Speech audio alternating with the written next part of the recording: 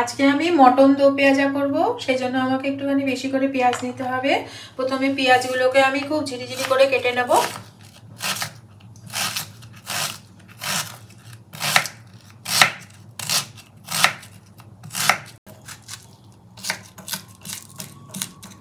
পেঁয়াজটা কাটা হয়ে গেল। আমি এদিকে দেখো শুকনো লঙ্কাগুলো একটুখানি জলের মধ্যে ভিজিয়ে রেখে দিয়েছি।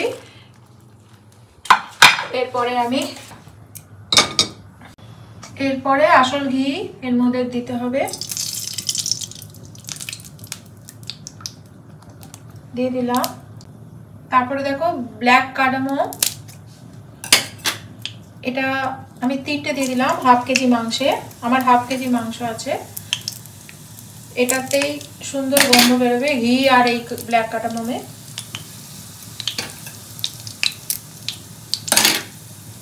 তিনটে দিয়ে দিলাম।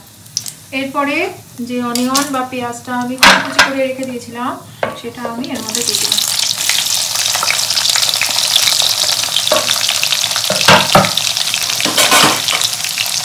এরপরে খুব ভালো করে এটা আজকে নেড়ে নিই। আমি থামবো না, সমানে এটা নেড়ে যাব।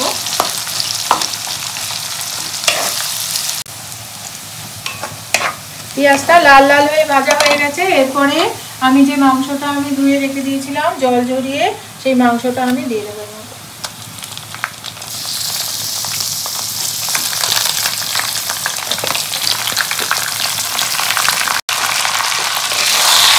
এরপরে ঘিয়ের মধ্যে মাংসটা ভালো করে ভেজে নিতে হবে।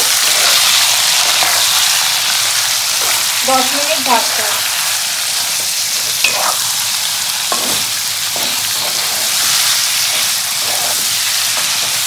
এটা ভাজা হতে হতে আমি এদিকে রসুনটা কেটে নিই।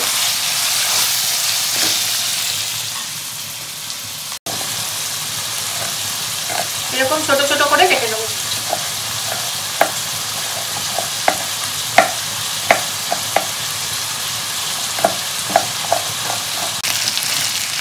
আমার 10 মিনিট মাংসটা ভাজা হয়ে গেল। এরপরে যে রসুন বা গার্লিক ক্লোভটা কেটে রেখে দিয়েছিলাম সেটা আমি এর মধ্যে দিয়ে দিলাম, দিয়ে এটা দিয়েও ভাজবো।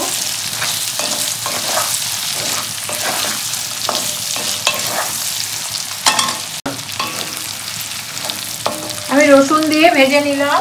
এরপরে দেখো যে জিরে, আস্ত জিরে দিতে হবে বা কিউমিন সিড 1 চামচ মতো, কোরিয়ান্ডার সিড দিয়ে দিলাম।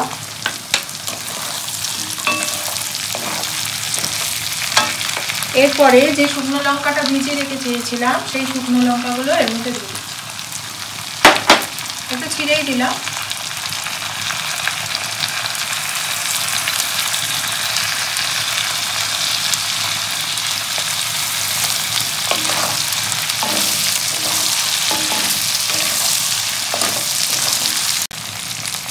এরপরে 1 চামচ সল্ট দিয়ে দিলাম,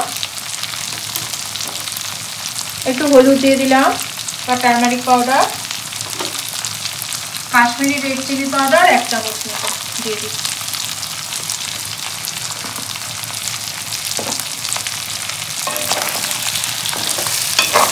খুব ভালো করে নেড়ে নেই।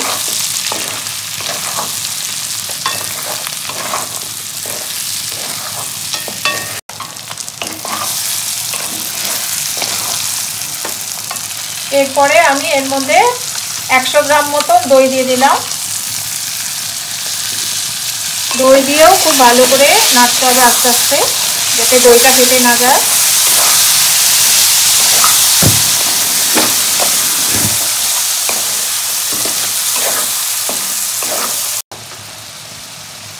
এরপরে এই যে পেঁয়াজগুলো, যদি ছোট পেঁয়াজ হয় তাহলে আস্তে আস্তে দিতে হবে, কিন্তু এগুলো যেহেতু বড় পেঁয়াজ এই জন্য 4 ভাগ করে এরকম করে দিতে হবে।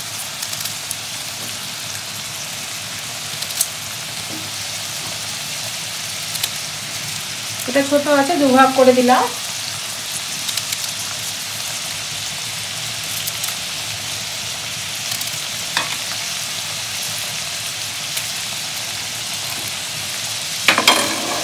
এবার এটাকে নিয়ে এরকম করে ভাজতে হবে।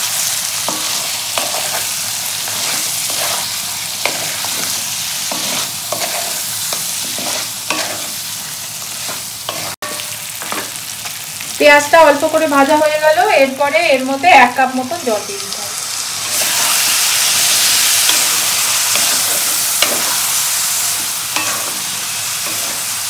এর মধ্যে বেশি জল দেওয়া যাবে না কিন্তু, এটা এরকমই অল্প মাখা মাখা হবে।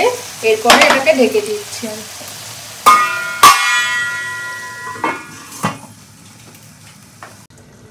আমরা 10 মিনিট পরে ফিরে এলাম। দেখো হয়ে গেছে।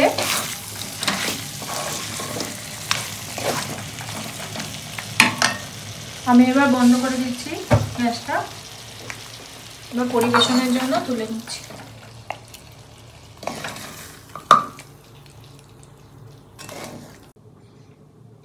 আমার এই মটন দো পেঁয়াজাটা তোমাদের কাছে কিরকম লাগলো অবশ্যই জানাবে। যদি ভালো লাগে তোমরাও করে খাবে, ভীষণ টেস্টি হয়েছে।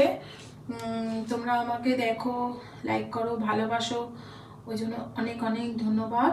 তোমরা ভালো থাকবে। পরের এপিসোডে আবার নতুন একটা রেসিপি নিয়ে দেখা হবে। বাই।